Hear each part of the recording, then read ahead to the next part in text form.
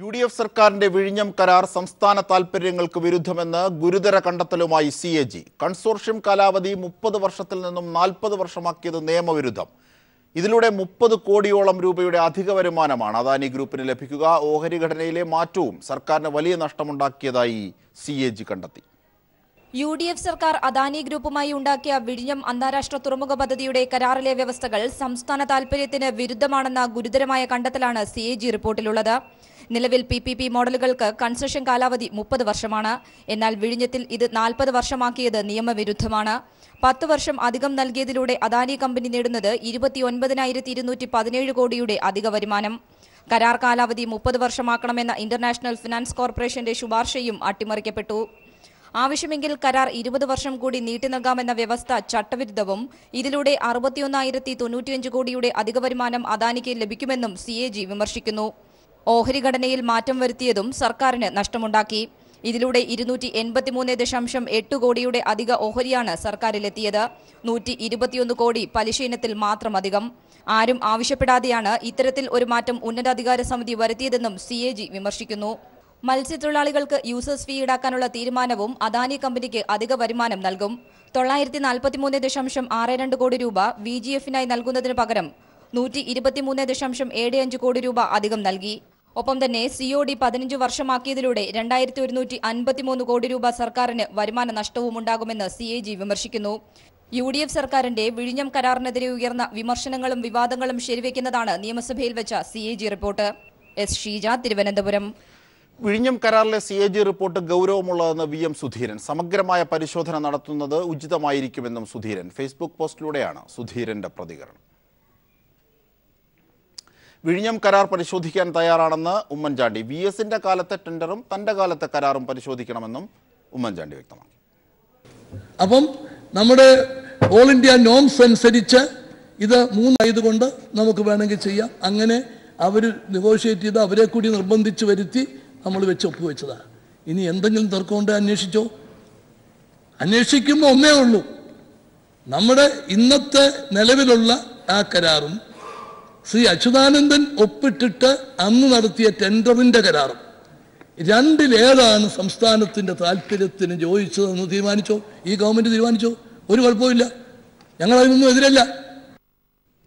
വിഴിഞ്ഞം കരാറിന് പിന്നിൽ നിക്ഷിപ്ത താൽപ്പര്യമുണ്ടോ എന്ന് സർക്കാർ പരിശോധിക്കണമെന്ന് CPIM സംസ്ഥാന സെക്രട്ടറി കോടിയേരി ബാലകൃഷ്ണൻ. വിഴിഞ്ഞം കരാറുമായി ബന്ധപ്പെട്ട് LDF മുമ്പ് ഉന്നയിച്ച വിമർശനങ്ങൾ സാധൂകരിക്കപ്പെട്ടതായും അദ്ദേഹം പറഞ്ഞു. സർക്കാർ ഇതിൽ നടപടിയെടുക്കുമെന്നാണ് പ്രതീക്ഷിക്കുന്നതെന്നും കോടിയേരി തിരുവനന്തപുരത്ത് പറഞ്ഞു. ആ കരാറിലെ ഒട്ടേറെ വ്യവസ്ഥകളോട് ഉള്ള വിയോജിപ്പ് അന്ന് നിയമസഭക്കകത്തും പുറത്തും ഇടതുപക്ഷ ജനാധിപത്യ മുന്നണിയും CPIMും പ്രകടിപ്പിച്ചതാണ്. അന്ന് ഉന്നയിക്കപ്പെട്ട വിമർശനങ്ങളെ സാധൂകരിക്കുന്ന വിധത്തിലാണ് ഇപ്പോൾ CAGയുടെ റിപ്പോർട്ട് പുറത്തു വന്നിരിക്കുന്നത്. ഇത് അദാനിയുടെ താല്പര്യങ്ങൾ സംരക്ഷിക്കുന്ന വിധത്തിലാണ് ആ കരാറിൽ പല വ്യവസ്ഥകളും ഉൾക്കൊള്ളിച്ചത് എന്ന് ആ ഘട്ടത്തിൽ തന്നെ വിമർശനം ഉന്നയിച്ചിരുന്നു. ഇതിൻ്റെ എല്ലാ വശങ്ങളും പരിശോധിച്ച് ഈ കരാർ എങ്ങനെയാണ് ഉണ്ടായത്, എന്തെങ്കിലും നിക്ഷിപ്ത താല്പര്യം ഇത്തരം വ്യവസ്ഥകൾ ഉൾക്കൊള്ളിക്കുന്ന കാര്യത്തിൽ ഉണ്ടായിട്ടുണ്ടോ, അതുമായി ബന്ധപ്പെട്ട് എന്തെങ്കിലും തെറ്റായ കാര്യങ്ങൾ നടന്നിട്ടുണ്ടോ എന്നുള്ളതൊക്കെ ഗവൺമെൻറ് പ്രത്യേകം പരിശോധിക്കേണ്ടതാണ്. അതിൻ്റെ അടിസ്ഥാനത്തിൽ CAG റിപ്പോർട്ടിൻ്റെ അടിസ്ഥാനത്തിലുള്ളൊരു തുടർ പരിശോധനയ്ക്ക് ഗവൺമെൻറ് സന്നദ്ധമാകണം.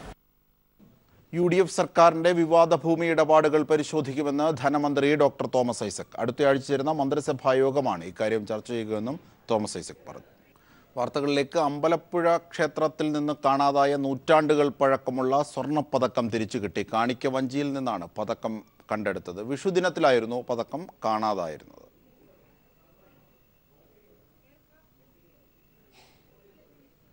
ബീഹാറിലെ തേജ്പൂരിന് സമീപം ഇന്ത്യൻ വ്യോമസേനാ വിമാനം കാണാതായി. പരിശീലന പറക്കൽ നടത്തുമ്പോഴാണ് സുഖോയ് 30 വിമാനം ചൈനീസ് അതിർത്തിക്ക് സമീപം കാണാതായത്. 2 പൈലറ്റുമാരാണ് വിമാനത്തിലുണ്ടായിരുന്നത്. വിമാനത്തിനായി തിരച്ചിൽ തുടരുകയാണെന്ന് വ്യോമസേന അറിയിച്ചു. പ്രതികൂല കാലാവസ്ഥയിൽ വിമാനം തകർന്നതാകാമെന്നാണ് നിഗമനം. റഷ്യൻ നിർമ്മിത യുദ്ധവിമാനമാണ് സുഖോയ് 30. കഴിഞ്ഞ മാർച്ച് മാസം രാജസ്ഥാനിലെ മറ്റൊരു സുഖോയ് വിമാനം തകർന്നു വീണിരുന്നു. സംസ്ഥാനത്ത് ആദ്യമായി ഭിന്നലിംഗക്കാർക്ക് സൗന്ദര്യ മത്സരം സംഘടിപ്പിക്കുന്നു. അടുത്ത മാസം 15-ന് കൊച്ചിയിലാണ് മത്സരം. മത്സരത്തിന് മുന്നോടിയായി കൊച്ചിയിൽ അവസാനവട്ട ഓഡിഷൻ നടന്നു. ഭിന്നലിംഗക്കാരായി എന്ന ഒറ്റ കാരണത്താൽ സൗന്ദര്യ മത്സരങ്ങളിൽ നിന്ന് പലവട്ടം തഴയപ്പെട്ടവരുടെ ദുഃഖത്തിൽ നിന്നാണ് ഇവർക്ക് മാത്രമായി ഒരു സൗന്ദര്യ മത്സരം എന്ന ആശയം ഉടലെടുത്തത്. ദ്വയ 2017 എന്ന പേരിൽ അടുത്ത മാസം കൊച്ചിയിൽ അരങ്ങേറുന്ന മത്സരത്തോടെ സൗന്ദര്യ റാണിയാവുകയെന്ന ഭിന്നലിംഗക്കാരുടെ സ്വപ്നം പൂവണിയുകയാണ്. ദ്വയ സെക്രട്ടറി രഞ്ജു: ഫൈനൽ റൗണ്ടിൽ വരുമ്പോൾ ജെൻഡർ കോളം അവർ ഫില്ല് ചെയ്യാൻ നേരത്താണ് ഇവരൊരു ട്രാൻസ്ജെൻഡർ ആണോ എന്ന് അറിയുമ്പോഴത്തേക്ക് അവരതിൽ നിന്ന് എലിമിനേറ്റ് ചെയ്യപ്പെടുകയാണ്. അപ്പോൾ അത് ഞങ്ങളെ ഒരുപാട് ബുദ്ധിമുട്ടിച്ചിട്ടുണ്ട്, വിഷമിപ്പിച്ചിട്ടുണ്ട്. അപ്പോൾ അതിൽ നിന്നൊക്കെ ഉൾക്കൊണ്ടിട്ടാണ് ഞങ്ങൾ ഇങ്ങനെ ഒരു പ്രോഗ്രാം സംഘടിപ്പിക്കുന്നത്. ഇവർ സമൂഹത്തിൽ നേരിടുന്ന ബുദ്ധിമുട്ടുകൾ തുറന്നു പറയാൻ കൂടിയുള്ള ഒരു വേദി കൂടിയാകും ഈ സൗന്ദര്യ മത്സരമെന്ന് വിധികർത്താക്കളിൽ ഒരാളായ രഞ്ജിനി ഹരിദാസ് പറഞ്ഞു. എത്രയോ കുടുംബങ്ങളിൽ ഇങ്ങനെ ജനിച്ച കുട്ടികളുണ്ട്. അവർ അവർക്കാണോ തെറ്റ് അതോ ഇത് നാച്ചുറൽ ആണോ എന്നൊന്നും അറിയാതെ ഒരു ആംബിഗ്വിറ്റിയിൽ ജീവിക്കുകയാണ്. അവരുടെ പേരൻസിനും ഒരു അറിവുണ്ടാവില്ല. സോ ഐ തിങ്ക് ഇങ്ങനത്തെ ഒരു കോമ്പറ്റീഷൻ മീഡിയയിൽ വരുമ്പോൾ, ലൈം ലൈറ്റിൽ വരുമ്പോൾ അങ്ങനത്തെ കുട്ടികൾക്ക് ഒരു ക്ലാരിറ്റി നൽകാൻ ഇത് വലിയ രീതിയിൽ ഹെൽപ്പ് ചെയ്യുമെന്ന് എനിക്ക് തോന്നിയിട്ടുണ്ട്. കൊല്ലം, എറണാകുളം, കോഴിക്കോട് എന്നിവിടങ്ങളിൽ നടന്ന പ്രാഥമിക ഓഡീഷനിൽ നിന്ന് തെരഞ്ഞെടുത്ത 27 പേരാണ് അവസാന ഓഡീഷനിൽ പങ്കെടുത്തത്. ഇവരിൽ നിന്നും തെരഞ്ഞെടുത്ത 15 പേരാണ് ദ്വയ 2017 സൗന്ദര്യ മത്സരത്തിൽ പങ്കെടുക്കുന്നത്. News bureau, Kochi. സമ്പൂർണ്ണ പാർപ്പിട പദ്ധതിയുടെ സംസ്ഥാനതല ഉദ്ഘാടനം മുഖ്യമന്ത്രി പിണറായി വിജയൻ നിർവഹിക്കുന്നു. തത്സമയം. പ്രതിരോധത്തിന്റെ കനൽവഴികളിൽ ഉറച്ച വാക്കും ഇടറാത്ത കാലടികളുമായി മലയാളി സമൂഹത്തെ മുന്നോട്ട് നയിക്കുന്ന നവകേരളത്തിന്റെ കർമ്മനിരതനായ മുഖ്യമന്ത്രി ശ്രീ പിണറായി വിജയൻ അവരുടെ ഉദ്ഘാടന പ്രഭാഷണത്തിനായി ആദരപൂർവ്വം ക്ഷണിക്കുന്നു. സഹോദരീ സഹോദരന്മാരെ, അങ്ങേയറ്റം അഭിമാനകരമായ ഒരു മുഹൂർത്തത്തിലാണ് നാം ഇവിടെ ഒത്തുകൂടിയിരിക്കുന്നത്. ഈ കേരളത്തിൻ്റെ സുപ്രധാനമായതും ഏറ്റവും നല്ലതുമായ ഒരു ഉദ്ദേശത്തിനാണ് നമ്മളെല്ലാവരും ഇവിടെ എത്തിപ്പെട്ടിരിക്കുന്നത്. ഇവിടെ ബഹുമാനായ അധ്യക്ഷനടക്കം നേരത്തെ സംസാരിച്ചവരെല്ലാം സൂചിപ്പിച്ചതുപോലെ സമ്പൂർണ്ണ ഭവന നിർമ്മാണ പദ്ധതിക്കാണ് നാം തുടക്കം കുറിക്കുന്നത്. നമ്മുടെ നാട്ടിൽ ഏതൊരു മനുഷ്യൻ്റെയും സ്വപ്നമാണ് സുരക്ഷിതമായൊരു ഭവനത്തിൽ കിടന്നുറങ്ങുക എന്നുള്ളത്. അത്തരമൊരു ഭവനമില്ലാത്തവർ ആ സ്വപ്നവും പേറിയാണ് ജീവിക്കുന്നത്. എന്നാൽ ജീവിത പ്രയാസങ്ങൾ, നിലവിലുള്ള അവരുടെ സാഹചര്യം, ഇതെല്ലാം കാരണം ഈ സ്വപ്നം യാഥാർത്ഥ്യമാക്കാൻ പലർക്കും കഴിയാറില്ല. ആ സ്വപ്നത്തോടെ തന്നെ മണ്ണടിഞ്ഞു പോയ അനേകം സഹോദരീ സഹോദരന്മാർ നമ്മുടെ നാട്ടിലുണ്ട്.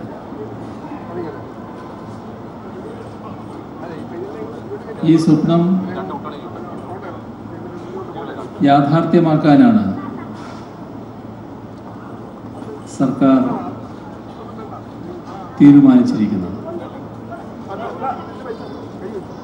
ഇത് കേവലമായ ഒരു വീട് നൽകൽ പദ്ധതി മാത്രമല്ല. നമ്മുടെ നാടിനെ പറ്റി മറ്റു നാട്ടുകാരായവരെല്ലാം അത്ഭുതം കൂറാറുണ്ട്. കാരണം നമ്മൾ വലിയ സമ്പന്നരൊന്നുമല്ല, നാടും വലിയ സമ്പന്നമല്ല. പക്ഷേ ലോകത്തിലെ സമ്പന്ന രാഷ്ട്രങ്ങളോട് കിടപിടിക്കത്തക്ക നേട്ടങ്ങൾ നേടിയവരാണ് നമ്മൾ.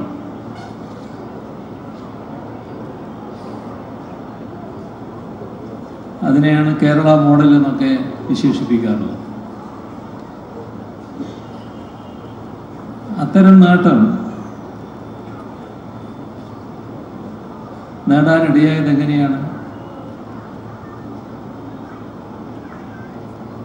ആ നേട്ടത്തെക്കുറിച്ച് പരിശോധിക്കാൻ പുറപ്പെടുന്ന ഏതൊരാളും ആദ്യത്തെ കാരണമായി കണ്ടെത്തുക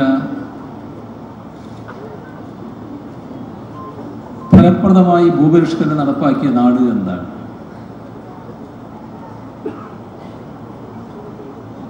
ഭൂപരിഷ്കരണം നടപ്പാക്കിയപ്പോൾ സംഭവിച്ചത് എന്താ? തങ്ങളുടേതായ മണ്ണ്, തങ്ങൾ കൃഷി ചെയ്യുന്ന മണ്ണ് അത് സ്വന്തമായി തീരുക. അവിടുന്ന് ആരും ഇറക്കി വിടില്ല. ഇത് നമ്മുടെ സമൂഹത്തിലെ മഹാഭൂരിപക്ഷത്തിൻ്റെ ആത്മാഭിമാനം ഉയർത്തിയ ഒരു പ്രക്രിയയായിരുന്നു. അതിൻ്റെ തുടർച്ചയായുള്ള കാര്യങ്ങളുണ്ട്. ഒരു ഘട്ടത്തിൽ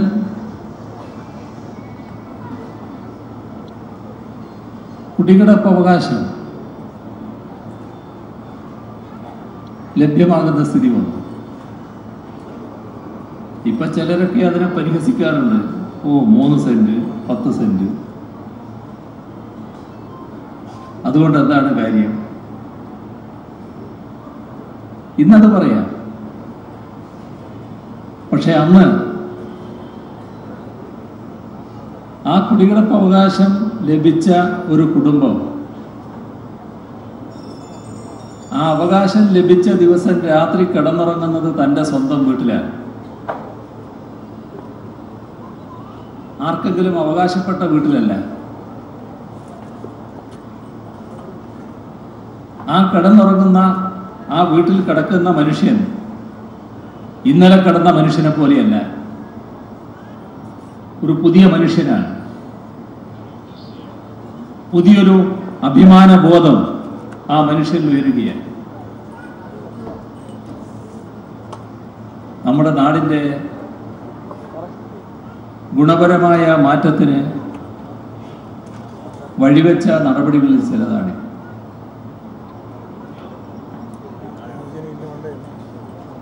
ഇന്നൊരു വീട് സ്വന്തമായി ഇല്ലാത്തൊരു കുടുംബം സ്വന്തം വീട്ടിൽ താമസിക്കുന്നതോടെ ആ വീട് തൻ്റേതാണ്, തങ്ങളുടേതാണ് എന്ന ബോധത്തോടെ ആ വീട്ടിൽ താമസം ആരംഭിക്കുന്നതോടെ പുതിയൊരാളും ആളുകളുമായി മാറുകയാണ്. തീർത്തും വ്യത്യസ്തമായ തരത്തിലുള്ള അങ്ങേയറ്റം വിജൃംഭിതമായ ഒരു അഭിമാന ബോധം അവരിലെല്ലാം ഉയർന്നു വരികയാണ്. ഇതാണ് നമുക്ക് ആവശ്യം. നമ്മുടെ സമൂഹത്തിന് അതാണ് ആവശ്യം. സമ്പത്ത് എത്ര എന്നുള്ളതല്ല. ഇവിടെ മാന്യമായി ജീവിക്കാനുള്ള സാഹചര്യം ഉണ്ടാവുക, സുരക്ഷിതമായൊരു ഭവനത്തിൽ കഴിയാൻ പറ്റുക. ഇവിടെ പറഞ്ഞു, നമ്മുടെ നാട്ടിൽ ദീർഘകാലമായി വീട് നിർമ്മാണം ആരംഭിച്ച് ഒരുപാട് പണം ചെലവിട്ട് എന്നാൽ ഇപ്പോഴും വീടില്ലാത്ത, താമസയോഗ്യമായ വീടില്ലാത്ത നിരവധി കുടുംബങ്ങളെ ആദിവാസി മേഖലയിൽ കാണാൻ കഴിയും. ചെലവിട്ട പണം നല്ല തോതിലാണ്. പക്ഷെ കുറച്ചു നാൾ കഴിയുമ്പോൾ അവർക്ക് വേണ്ടി നിർമ്മിച്ച വീട് അതിവേഗതയിൽ തന്നെ താഴോട്ട് പോയിട്ടുണ്ട്, അല്ലെങ്കിൽ താമസിക്കാൻ പറ്റാതായിട്ടുണ്ട്. വീട് നിർമ്മിക്കുമ്പോൾ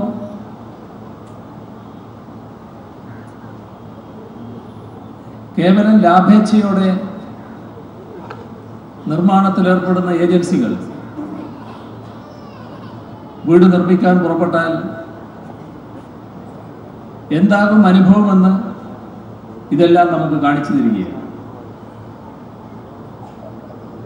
അതുകൊണ്ട് തന്നെ സമൂഹത്തോട് പ്രതിബദ്ധതയുള്ള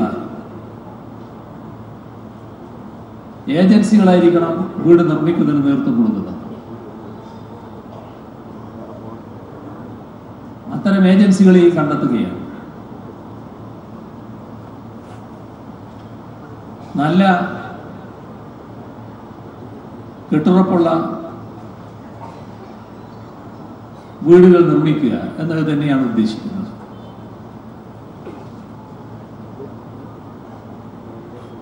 നമ്മുടെ നാട്ടിൽ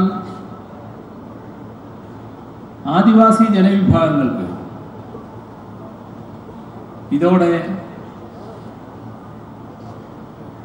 പൂർണ്ണമായും വീട് ലഭ്യമാകുന്ന സ്ഥിതി വരും.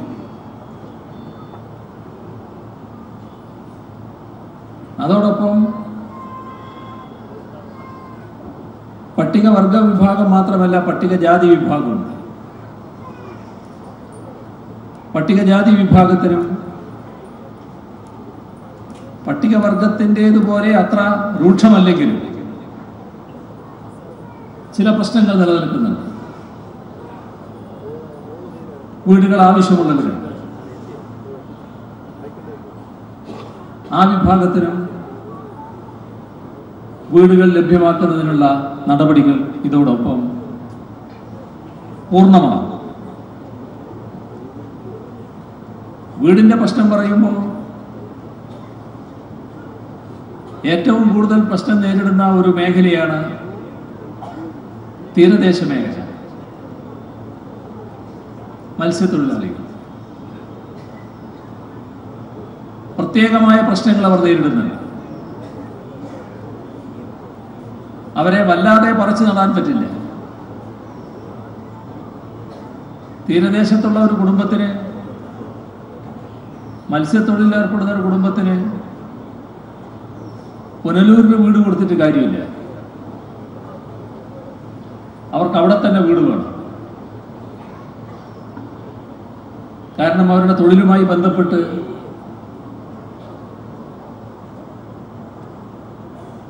താമസിക്കുന്ന ഗൃഹങ്ങൾ ഉണ്ടാവുക എന്നത് പ്രധാനമാണ്. അടുത്ത് തന്നെ ഉണ്ടാവുക എന്നത് പ്രധാനമാണ്. ആ പ്രശ്നവും ഇതോടെ പരിഹരിക്കാൻ തന്നെയാണ് തീരുമാനിച്ചിട്ടുള്ളത്. നമ്മുടെ കേരളത്തിലെ ഏത് തൊഴിലിലേർപ്പെടുന്നവരും ആ തൊഴിലിന്റെ ഭാഗമായി ലഭിക്കുന്ന വരുമാനം അല്പം മിച്ചം വെച്ച് ഒരു വീടുണ്ടാക്കാൻ ശ്രമിക്കാറുണ്ട്. നമ്മുടെ ആളുകളുടെ പൊതുവായ ഒരു സ്വഭാവമാണ്. എല്ലാവരും വിജയിക്കാറില്ല, എന്നാൽ നല്ല ശ്രമം എല്ലാ തൊഴിൽ വിഭാഗങ്ങളിലും നടക്കാറുണ്ട്. ഈ ശ്രമം ആ രീതിയിൽ നടക്കാത്ത ഒരു തൊഴിലാളി വിഭാഗം നമ്മുടെ നാട്ടിലുണ്ട്. അതാണ് തോട്ടം തൊഴിലാളികൾ. ഇതിന് കാരണം ആ തൊഴിലാളികളിൽ ഭൂരിഭാഗവും ലയങ്ങളിൽ താമസിക്കുന്നവരാണ്. ലയങ്ങളിൽ താമസിക്കുന്നവർക്കാണ് ഈ പ്രശ്നം, അല്ലാത്തവരെ കുറിച്ചല്ല ഞാൻ പറയുന്നത്. ലയങ്ങളിൽ താമസിക്കുന്നത് വീടുണ്ട്, എന്നാൽ അത് അങ്ങേയറ്റം വാസയോഗ്യമല്ലാത്ത വീടാണ്. പക്ഷെ അവരവിടെ കഴിയാൻ വിധിക്കപ്പെട്ടിരിക്കുകയാണ്. കാരണം ആ തൊഴിലുമായി ബന്ധപ്പെട്ട് കിടക്കുകയാണ്. ഈ തൊഴിലിന് ലഭിക്കുന്ന വരുമാനം വളരെ തുച്ഛമാണ്. ഒരു കുടുംബസമേതം അവിടെ താമസിക്കുകയാണ്. ചിലർ തൊഴിൽ നിന്ന് പിരിഞ്ഞാലും താമസിക്കുകയാണ്. തൊഴിൽ നിന്ന് പിരിഞ്ഞാലും താമസിക്കുന്നതിന് പരമ്പരാഗതമായി തൻ്റെ കുട്ടിയെ അവിടുത്തെ ജോലിയിൽ ചേർക്കുകയാണ്. പിരിയുമ്പോൾ ഈ വീട്ടിൻ്റെ അവകാശത്തിന് വേണ്ടി. ഇതൊരു സങ്കീർണമായ പ്രശ്നമാണ്. ഇതോടെ ആ പ്രശ്നത്തിനും പരിഹാരം കാണണമെന്നാണ് ഉദ്ദേശിക്കുന്നത്.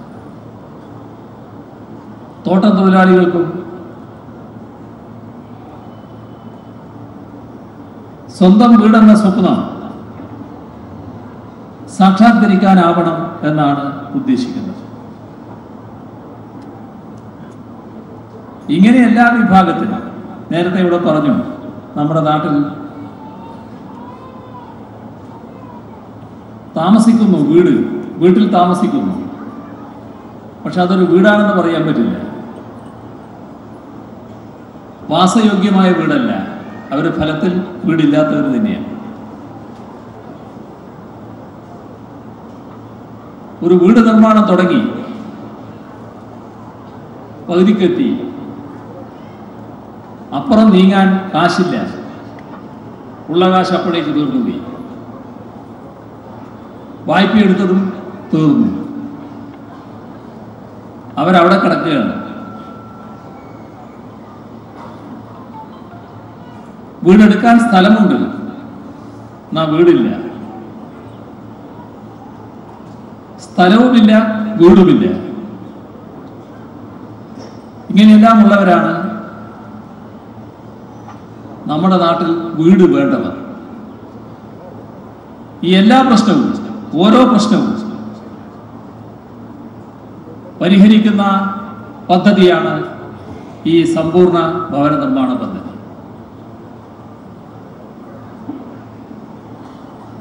ഇതിലെ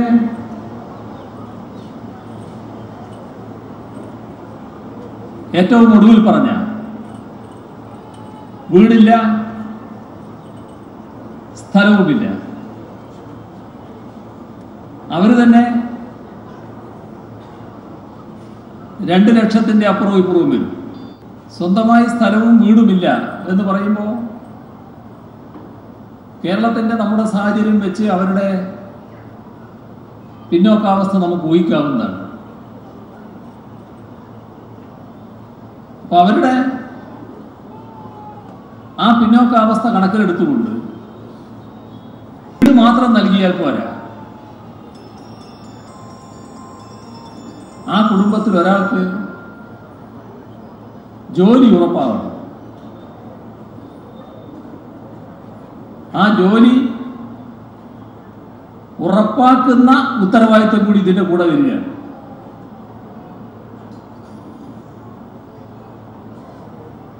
അപ്പോ വീടും ജീവനോപാധിയും ഒന്നിച്ചുറപ്പ് നൽകുകയാണ്. ഇതോടൊപ്പം തന്നെ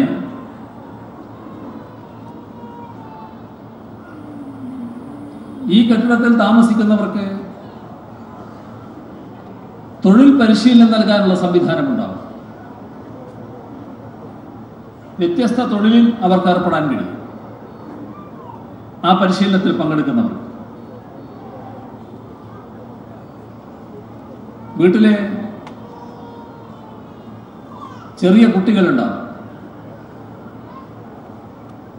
ആ ചെറിയ കുഞ്ഞുങ്ങൾക്ക് വിദ്യാഭ്യാസം നൽകുന്നതിനാവശ്യമായ പിന്തുണാ സംവിധാനം ഉണ്ടാവും.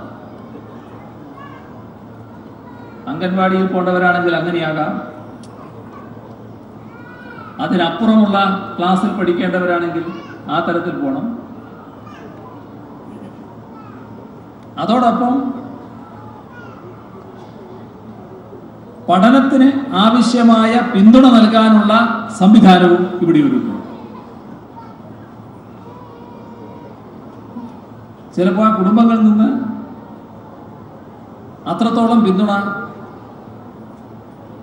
നൽകാൻ പറ്റുന്ന സാഹചര്യം ഉണ്ടായില്ല എന്ന് വരും. അത് ഇതിനോടൊപ്പം ഒരുക്കേണ്ടതായിട്ടുണ്ട്. കുട്ടികൾക്ക് ഇന്നത്തെ കാലത്ത് സാങ്കേതികമായ അറിവുകൾ ലഭിക്കണം. കമ്പ്യൂട്ടർ ഉപയോഗിച്ച് തുടങ്ങുന്നവരാണ് കുട്ടികൾ ചെറുപ്പനാളത്തൊട്ടേ. അതിന് പറ്റുന്നൊരു സൗകര്യം അവിടെ ഉണ്ടായിരുന്നു.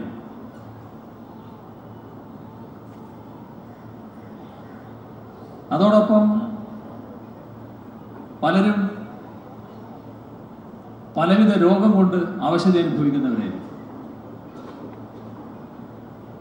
ആ രോഗികളായവർക്ക് കൃത്യമായ പരിചരണം ലഭിക്കണം. അതിനുള്ള സൗകര്യം ഒരുക്കും.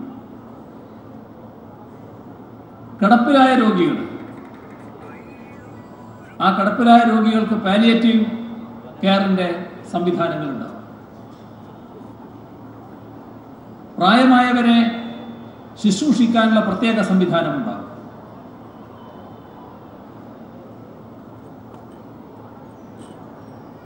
ഇങ്ങനെ ആ കുടുംബങ്ങളിലുള്ള എല്ലാവരെയും നല്ല രീതിയിൽ സഹായിക്കാനുള്ള സംവിധാനമാണ് ഒരുക്കുക. ഈ വീട്ടിന് വെള്ളവും വെളിച്ചവും ഉണ്ടാവും. അവർക്ക് ഉപയോഗിക്കാനുള്ള വെള്ളവും വെളിച്ചവും ഉറപ്പാക്കും. സർക്കാർ ഇതിനെ തീരുമാനിക്കുമ്പോൾ ഇതോടൊപ്പം സർക്കാർ കണ്ടൊരു കാര്യമുണ്ട്. ഇത്തരത്തിലൊരു പദ്ധതി നടപ്പാക്കുമ്പോൾ നമ്മുടെ നാട്ടിലുള്ള നല്ലവരായ ഇത്തരം കാര്യങ്ങളെ സഹായിക്കാൻ ശേഷിയുള്ള ഒട്ടേറെ പേർ സഹായിക്കാൻ തയ്യാറാകുമെന്ന് തന്നെയാണ്. ചിലപ്പോ വീടുകൾ തന്നെ നിർമ്മിച്ചു തരാൻ തയ്യാറായി എന്നത്. അത്തരത്തിലുള്ള വ്യക്തികളും സ്ഥാപനങ്ങളും നമ്മുടെ നാട്ടിലുണ്ട്. അവരുടെ എല്ലാം സഹായം സ്വീകരിക്കും. അതോടൊപ്പം പലതുള്ളി പെരുവെള്ളം എന്ന് പറയുന്നത് പോലെ ഇക്കാര്യത്തിൽ സഹായിക്കാൻ തയ്യാറുള്ളവരുടെ എല്ലാ സഹായവും, സാമ്പത്തിക സഹായം സ്വീകരിക്കുന്നതിന് സർക്കാർ തന്നെ ഒരു സംവിധാനം ഒരുക്കുന്നുണ്ട്. അവർക്ക് അതിലേക്ക് സംഭാവന നൽകുകയും ചെയ്യും. ഇവിടെ നമ്മോടൊപ്പം ജീവിക്കുന്ന ഒരു കൂട്ടം ഹതഭാഗ്യരായവരുടെ പ്രശ്നം നാം ഏറ്റെടുക്കുകയാണ്. ഈ സമൂഹം ഏറ്റെടുക്കുകയാണ്. ഇവിടെ പറഞ്ഞു, വിവിധ ഭവന നിർമ്മാണ പദ്ധതികൾ നമുക്കുണ്ട്. അതെല്ലാം ഏകോപിച്ചുകൊണ്ടുകൂടിയാണ് ഈ പദ്ധതി പ്രാവർത്തികമാക്കുക. അങ്ങനെ ഇനിയുള്ള 4 വർഷം കൊണ്ട് ഈ പറയുന്ന എല്ലാ വീടുകളും പൂർത്തിയാക്കുക എന്നതാണ് സർക്കാർ ലക്ഷ്യമിടുന്നത്. ഇവിടെ താമസിക്കാൻ വരുന്നവർക്ക് വിവിധ കേന്ദ്രങ്ങളിൽ താമസിച്ച് ഒറ്റപ്പെട്ട ജീവിതം നയിച്ചവരാണ് വരാൻ പോകുന്നത്. അവരെ ഒരു കുടക്കീഴിൽ ഒന്നിച്ചു നിർത്തേണ്ടതായിട്ടുണ്ട്. അതൊരു പുതിയ സാഹചര്യവുമായി പൊരുത്തപ്പെടാൻ ചിലർക്ക് കുറച്ചൊരു പ്രയാസം ഉണ്ടാവും. അപ്പൊ ആ പുതിയ സാഹചര്യം അതുമായി പൊരുത്തപ്പെടൽ, ആ പൊരുത്തപ്പെടുന്നതിന് ആവശ്യമായ രീതിയിൽ ഇടപെടാനുള്ള സാമൂഹ്യ പ്രവർത്തകരുടെ ഈ സ്ഥലത്ത് കേന്ദ്രീകരിച്ചുകൊണ്ടുള്ള ഇടപെടൽ, ഇതെല്ലാം ഇതിന്റെ ഭാഗമായി ഉദ്ദേശിക്കുന്നത്. കാരണം അവരൊരു പുതിയ ജീവിതം നയിക്കുകയാണ്. ആ പുതിയ ജീവിതത്തിൻ്റെതായ കൂട്ടായ്മയിൽ അവരെ ഒന്നിച്ചു കൊണ്ടുവരുന്നതിനുള്ള ഇടപെടലാണ് സാമൂഹ്യ പ്രവർത്തകരുടെ ഭാഗത്തുണ്ടാകേണ്ടത്. ഈ നല്ല കാര്യത്തിന് തുടക്കം കുറിക്കുന്നു എന്നുള്ളത് കൊണ്ടാണ് നല്ല മനസ്സുള്ള നിങ്ങളെല്ലാവരും ഈ വൈകുന്നേരം ഇവിടെ ചെലവഴിക്കാമെന്ന് കണക്കാക്കിയത്. ഇതൊരു കേവല സർക്കാർ പരിപാടിയായി കാണേണ്ടതില്ല. ഇത് നമ്മുടെ നാടിൻ്റെ ഒരു പരിപാടിയാണ്. ഈ കാലത്ത് ജീവിക്കുന്ന നാം ഏറ്റെടുക്കേണ്ട ഒരു ഉത്തരവാദിത്വമാണ്. അതിന് സർക്കാർ മുൻകൈ എടുക്കുന്നു എന്ന് മാത്രമേ ഉള്ളൂ. നിങ്ങളെല്ലാവരുടെയും സഹായവും സഹകരണവും പിന്തുണയും ഇക്കാര്യത്തിൽ ഉണ്ടാവണം എന്ന് അഭ്യർത്ഥിച്ചുകൊണ്ട് മറ്റ് കൂടുതൽ കാര്യങ്ങളിലേക്ക് കടക്കാതെ ഈ പരിപാടിയുടെ ഔപചാരികമായ ഉദ്ഘാടനം നിർവഹിച്ചതായി അറിയിച്ചുകൊണ്ട് അവസാനിപ്പിക്കുന്നു. നിങ്ങൾക്ക് എൻ്റെ സ്നേഹാഭിമാനം. മാതാപിതാക്കൾ പാർപ്പിട പദ്ധതി എന്നാൽ കേവലം വീട് നൽകുക മാത്രമല്ല, ജീവനോപാധികൾ കൂടി നൽകുന്ന സമഗ്രമായ പദ്ധതിയാണ് സർക്കാർ ലക്ഷ്യമിടുന്നതെന്ന് പിണറായി വിജയൻ പറഞ്ഞു. സംസ്ഥാനതല ഉദ്ഘാടനം പാർപ്പിട നിർമ്മാണ സമഗ്ര പാർപ്പിട പദ്ധതിയുടെ സംസ്ഥാനതല ഉദ്ഘാടനം നിർവഹിച്ചു മുഖ്യമന്ത്രി. വാർത്തകളിലേക്ക്. കന്നഡ മാധ്യമം സ്കൂളുകളിൽ മലയാള പഠനം നിർബന്ധമാക്കരുതെന്നാവശ്യപ്പെട്ട് കന്നഡ പോരാട്ട സമിതിയുടെ നേതൃത്വത്തിൽ കാസർഗോഡ് കളക്ടറേറ്റ് ഉപരോധിച്ചു. സ്ത്രീകൾ ഉൾപ്പെടെ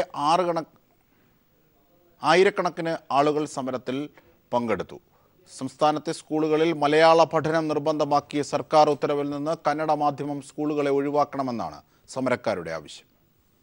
കന്നഡ മാധ്യമ സ്കൂളുകളിൽ മലയാളം പഠിപ്പിക്കണമെന്ന സർക്കാർ ഉത്തരവ് പിൻവലിക്കണമെന്നാണ് കാസർഗോഡ് കലക്ടറേറ്റ് ഉപരോധിച്ച സമരക്കാരുടെ മുഖ്യ ആവശ്യം.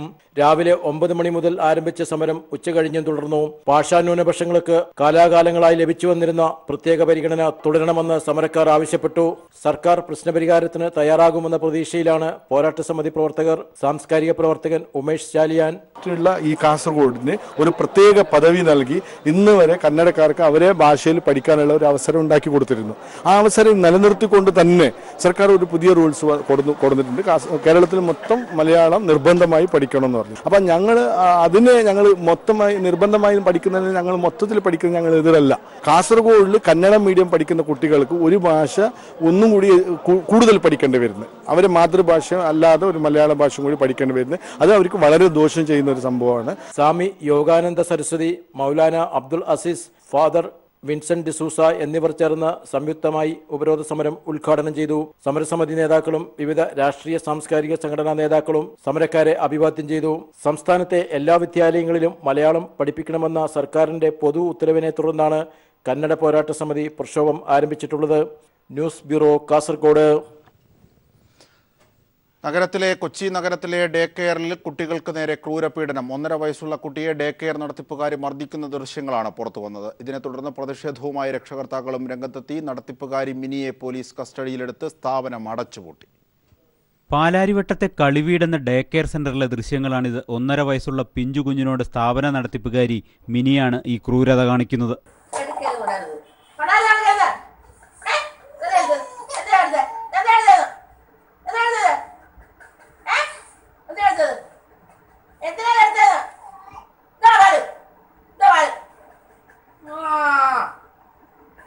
ഒരു രക്ഷിതാവ് പകർത്തിയ ദൃശ്യങ്ങളാണ് പുറത്തു വന്നത്. ദൃശ്യങ്ങളിൽ കുട്ടിയെ ഉപദ്രവിക്കുന്നത് വ്യക്തമായി കാണാം. ദൃശ്യങ്ങൾ വാർത്തയായതോടെ വിവരമറിഞ്ഞ രക്ഷിതാക്കൾ പ്രതിഷേധവുമായി ഡേ കെയറിന് മുന്നിലെത്തി. വിവരമറിഞ്ഞ് പോലീസെത്തി നടത്തിപ്പുകാരി മിനിയെ കസ്റ്റഡിയിലെടുത്തു. പരാതിക്കാരിൽ നിന്ന് മൊഴി രേഖപ്പെടുത്തി ഉടമയ്ക്കും നടത്തിപ്പുകാരിക്കുമെതിരെ പോലീസ് കേസെടുത്തു. ജുവനൈൽ ജസ്റ്റിസ് ആക്ട് അനുസരിച്ചാണ് കേസ്. സ്ഥാപനം പോലീസ് അടച്ചുപൂട്ടി. ജുവനൈൽ ജസ്റ്റിസ് ആക്ട് സെക്ഷൻ 75 പ്രകാരം കേസ് രജിസ്റ്റർ ചെയ്തിട്ടുണ്ട്. പ്രതി കസ്റ്റഡിയിലുണ്ട്. ഇവിടെ 3 ജീവനക്കാരാണുള്ളത്. ഇവരാണ് ഇതിന്റെ ഹെഡും ഓൾ ഇൻ ഓളും. കുട്ടികളുടെ ശരീരത്തിൽ പാടുകൾ കണ്ടതോടെയാണ് രക്ഷിതാക്കൾക്ക് സംശയം തോന്നിത്തുടങ്ങിയത്. അന്വേഷിച്ചെത്തിയ രക്ഷിതാക്കളോട് കുട്ടികൾ വീണപ്പോഴുണ്ടായ പാടുകളാണെന്നായിരുന്നു നടത്തിപ്പുകാരിയുടെ വിശദീകരണം. പ്രതിമാസം 1000 മുതൽ 3000 രൂപ വരെ ഈടാക്കിയായിരുന്നു ഇവിടെ കുട്ടികളെ പ്രവേശിപ്പിച്ചിരുന്നത്. ഡേ കെയറിൽ തങ്ങളുടെ പിഞ്ചുകുട്ടികൾക്ക് നേരിടേണ്ടി വന്ന ദുരിതത്തിന്റെ ഞെട്ടലിലാണ് രക്ഷിതാക്കൾ. News bureau, Kochi.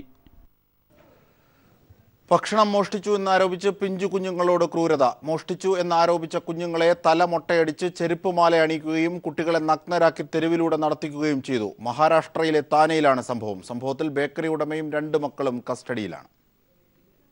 മഹാരാഷ്ട്രയിലെ താനെ ഉല്ലാസ് നഗറിൽ ശനിയാഴ്ച രാത്രിയാണ് കുഞ്ഞുങ്ങൾക്കെതിരെ ക്രൂരത അരങ്ങേറിയത്.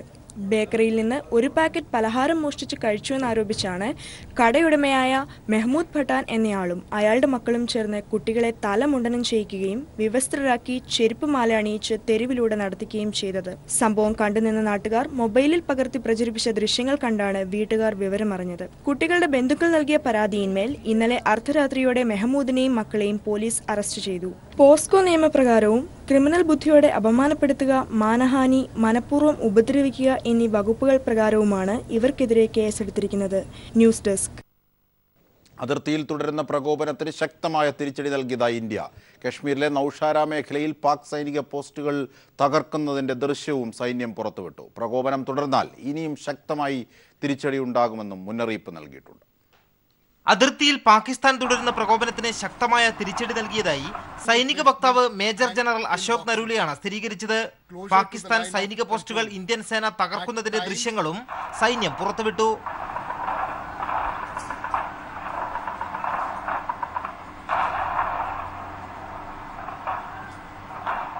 നുഴഞ്ഞുകയറ്റക്കാരെ സഹായിക്കുന്നത് പാകിസ്ഥാൻ തുടരുകയാണെന്ന് മേജർ ജനറൽ അശോക് നരൂല പറഞ്ഞു.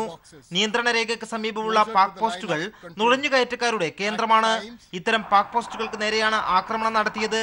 ഭീകരവിരുദ്ധ നടപടികളുടെ ഭാഗമായാണ് പാക് പോസ്റ്റുകൾ തകർത്തതെന്നും സൈന്യം വ്യക്തമാക്കി.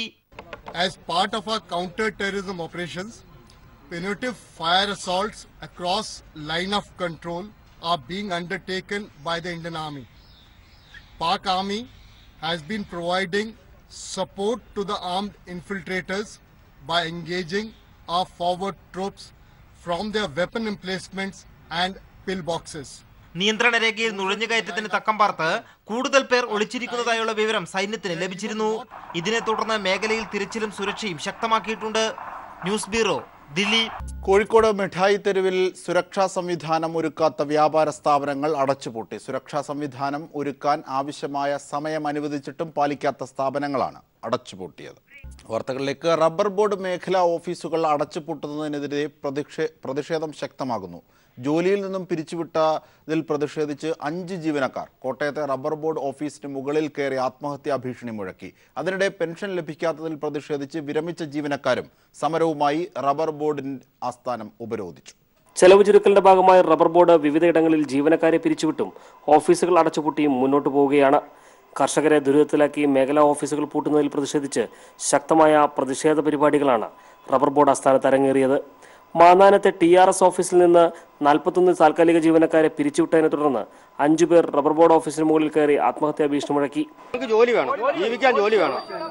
ഒരു ഫാക്ടറി പൂട്ടുവാണെങ്കിൽ പകുതി പേരെ ഇവർ സംരക്ഷിക്കുന്നു, പകുതി പേരെ പറഞ്ഞു പാവപ്പെട്ട ഞങ്ങൾക്ക് 300 രൂപയും വേരിയബിൾ DA മാത്രമേ കിട്ടുന്നത്. ലക്ഷക്കണക്കിന് രൂപ ശമ്പളം വാങ്ങിച്ചുകൊണ്ടിരിക്കുന്ന ആളുകളെയാണ് ഇവർ സംരക്ഷിച്ചുകൊണ്ടിരിക്കുന്നത്. സമരക്കാർ ആത്മഹത്യാ ഭീഷണി മുഴക്കിയതോടെ ഫയർഫോഴ്സും പോലീസും റബ്ബർ ബോർഡ് ആസ്ഥാനത്ത് ക്യാമ്പ് ചെയ്തു. ജീവനക്കാരെ താഴെ ഇറക്കാനുള്ള ശ്രമങ്ങൾ നടത്തി.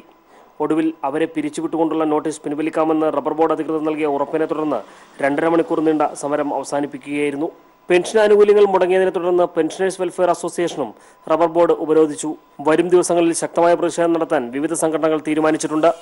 News bureau, Kottayam.